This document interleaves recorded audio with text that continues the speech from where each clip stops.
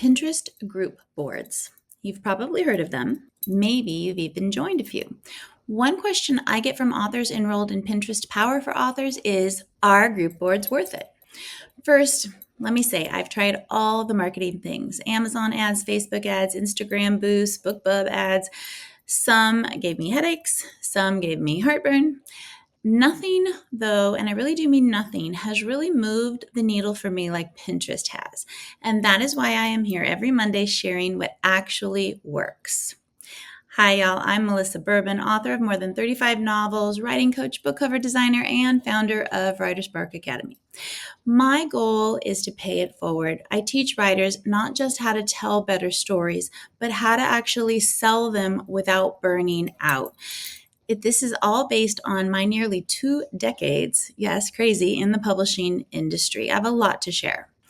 Pinterest is my secret weapon because it works for me day after day, which means I can be off writing my books, walking my dogs, baking. Now that it is fall, it's rainy outside, so I really am baking. That's what I want to be doing, and Pinterest lets me do that. So leave a comment. Let me know if you're learning more about Pinterest from my Pinterest Marketing Monday videos. And while you're at it, like and subscribe to this channel.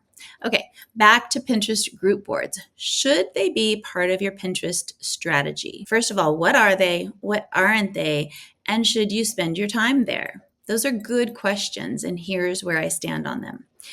Let's start with the basics first. A Pinterest group board is just like a regular board, except multiple people can contribute pins.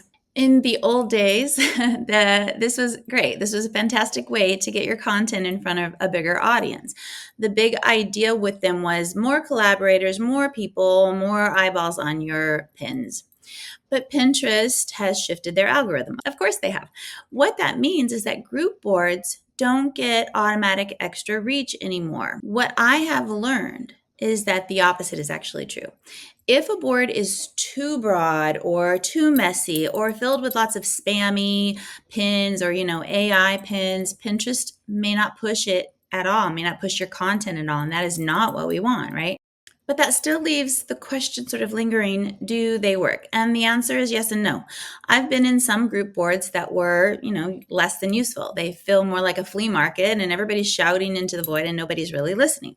But I've also been in smaller, more focused group boards that really do help. So for example, a board that's all about cozy mysteries or happy quotes, both of which I'm part of, those are niched, they're curated, they're relevant, and my pins do get engagements in those types of boards. So the answer isn't really cut and dry. Group boards can work, but you do need to be selective. They can work if, number one, they're tightly niched. Think cozy mysteries, not just books.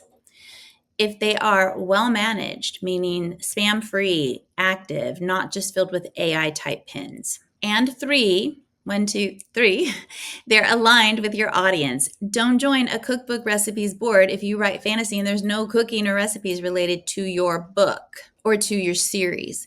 These seem like really basic ideas, right? But sometimes people just dive into whatever, they think the trend is, whatever boards they come across without thinking too hard about why and what the impact of being on those boards will be. So you need to give it some thought. And if you're going to be in a group board, then do it with intention. Be someplace where your audience will also be. So find a really good group board. Great, use that. But I don't want you to waste hours and hours trying to get invites to random boards, a parenting board, and then pinning to them if that's not where your audience is. So the real power is actually in your own boards. Pinterest really values your authority. When readers see your name tied to a clear, well-optimized board, Pinterest trusts you more. And so that means your own pins are going to go farther and farther. So yes, test group boards if they fit your genre or something about what you write, but don't let them distract you from building your own Pinterest, empire with strong boards and pins that are actually searchable, discoverable, and are going to reach the right audience. That's the key. You've got to reach your audience. The big takeaway is this. A lot of people used to see group boards as sort of like a magic bullet. That is not the case anymore.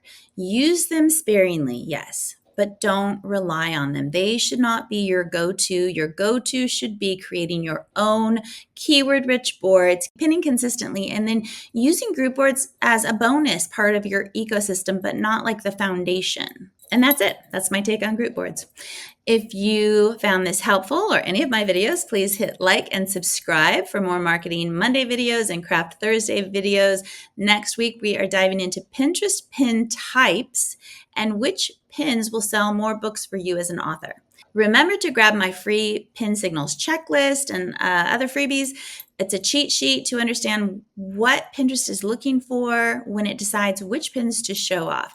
That link is in the description. And if you are looking for a more comprehensive Pinterest strategy that is designed specifically for you as an author, take a look at Pinterest Power for Authors. Author Mary Calava said, "In all honesty, this is one of the most informative, easiest to understand, and easiest to implement online courses I have taken." And I have taken a lot of online courses. I love that.